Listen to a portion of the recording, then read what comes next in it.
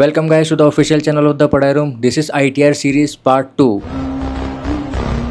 So basically ITR 2 is an income tax return which is being filed by the individuals and HUF who do not have the income from the sources of business and profession, and also the one who do not file ITR 1. So an individual or HUF or both will be required to file for ITR 2 if they have the income from the sources like salary or income from 2 or more house properties, capital gains, income from other sources like FD, pension, dividend. If their agricultural income exceeds rupees 5,000, if an individual or HUF holds any foreign assets or foreign income, and last but not the least, if the total income exceeds rupees 50 lakh. So guys, there are three types of incomes which if you guys are earning, sorry buddies, you won't be able to file for ITR 2. First one is business income. Second one is professional income which is being earned by the professionals like CA, doctor, engineers, lawyers. And third one is income from partnership firm like salary from a partnership firm, commission, bonus, interest. So guys, without wasting our precious time, let us have a quick look on the deductions which you guys can claim while filing for ITR 2. Here's the list of deduction which you can avail while filing your ITR 2 depending upon the regime you follow and subject to condition. Now guys, if you are falling under the category to file for ITR 2, please do it file before the due date, that is 31st July of assessment year. In case if you missed the due date, you will be charged to rupees 5,000 if your income exceeds rupees 5 lakh, and if your income is up to rupees 5 lakh or less, you will be charged to penalty of rupees 1,000. Please do it before the due date. There are few differences between ITR 1 and ITR 2. You guys can have a quick look on the differences for better clarity. That's all for today guys. This is Saurabh Gaikwad signing off from the Padai Room. Do follow for more such videos.